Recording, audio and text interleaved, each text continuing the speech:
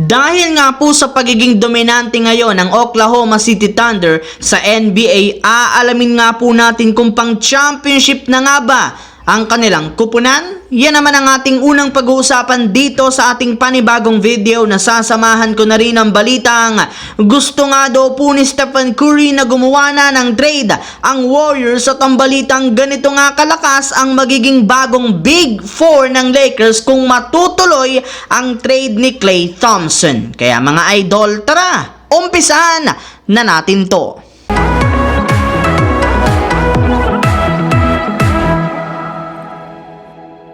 Matagumpay nga po mga idol na naipanalo ng Oklahoma City Thunder ang kanilang game ngayong araw laban sa Portland Trail Blazers matapos nila itong tambakan 139-77. Yes mga idol, 62 points nga po ang kanilang naging kalamangan sa pagtatapos ng kanilang laro na siyang itinuturing ngayon bilang panlima sa may pinakamataas na margin of victory sa NBA history. At ang maganda pa nga po dyan mga idol, nakagawa lang naman nga sila dito ng 42 assist at nakuha nga po nila ang ganyang kalaking kalamangan sa loob lamang ng 3 quarter. Kaya dahil nga sa pagkapanalo na ito ng OKC Thunder, umangat na nga sa 26 wins, 11 losses ang kanilang record kung saan tabla na sila sa top 1 na Minnesota Timberwolves sa Western Conference. Kaya di na nga nakapagtataka kung bakit maraming mga fans ang nagsasabi na isa na ngang legit na contender ang Thunder ngayong season. Ngunit sa kabila nga po niyan mga idol, sinasabi para naman ng ilang mga NBA analyst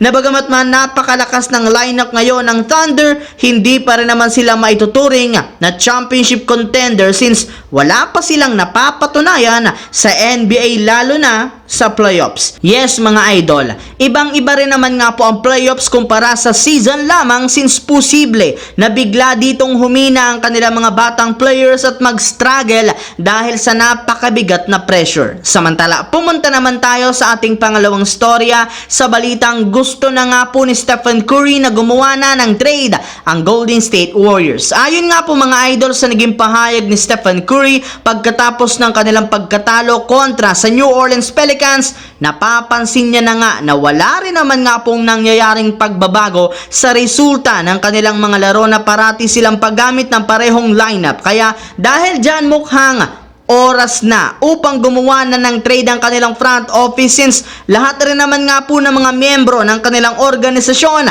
gustong makaangat mula ang kanilang kupunan at manalo silang muli sa kanilang susunod na laban. Kaya dahil dyan, opisyal na ngang pumapayag ang kanilang superstar na si Stephen Curry na gumalaw na ang Warriors sa kanilang trade market. Habang dumiretso naman tayo sa ating huling storya sa balitang ganito nga kalakas ang magiging bagong Big Four ng Lakers kung matutuloy ang pagkuha ng Lakers kay Klay Thompson. Naibalita ko nga po sa inyo na isa nga sa mga pinaplanuhang i-trade ng Warriors ngayong season ay ang kanilang sharpshooter na si Klay Thompson. Kaya dahil dyan, magkakaroon na rin naman ng Lakers ng pagkakataon na makuha siya sa isang trade. Alam nga po ninyo na isa nga si Klay Thompson sa mga naibalitang matagal ng target na masungkit ng Lakers since kailangan nga nila ngayon ng isang sharpshooter na maipangtatandem kay LeBron James. Sa ganyang paraan, hindi rin naman mahihirapan si Klay Thompson na gumalaw since si LeBron na nga ang gagawa ng paraan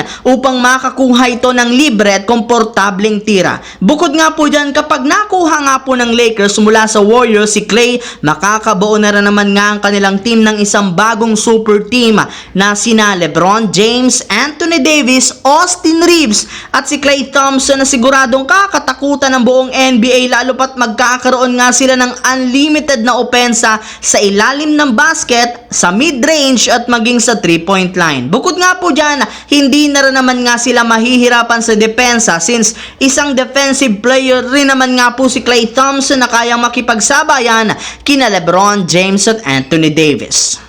So yun lamang mga idol ang ating bagong video ngayon dito na ating pinag-usapan ngayon. Once again, this is your J-Zone TV. Huwag kalimutang mag-like at syempre mag-subscribe na rin.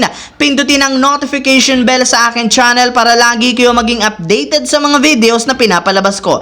Isang malaking shout out sa lahat ng Solid J-Zone TV na laging nanonood dyan. Maraming salamat mga idol.